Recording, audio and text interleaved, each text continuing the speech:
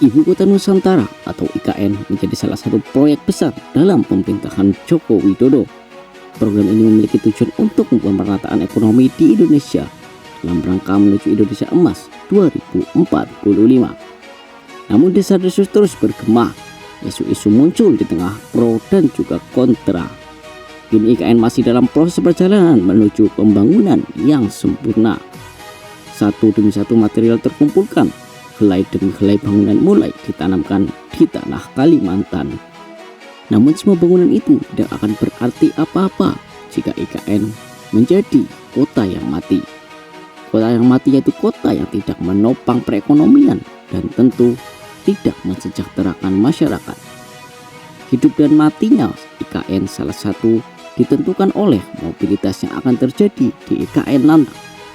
Agar menjadi kota yang hidup, pemerintah terus mendatangkan investor untuk memberikan nyawa pada pembangunan IKN agar tidak menjadi bangunan yang sedap dipandang saja. Namun isu investor asing di kalangan pro kontra masih tetap ada dan terus bersuara.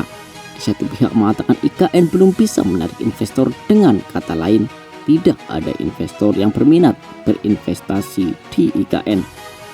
Terlebih investor asing yang memiliki dampak besar bagi perekonomian Indonesia, karena salah satu faktor terbesar pertumbuhan ekonomi suatu negara yaitu masuknya investor asing ke negara tersebut. Namun semua keraguan dan desas-desus itu akan segera terjawab dengan nilai investor asing yang sudah masuk ke IKN.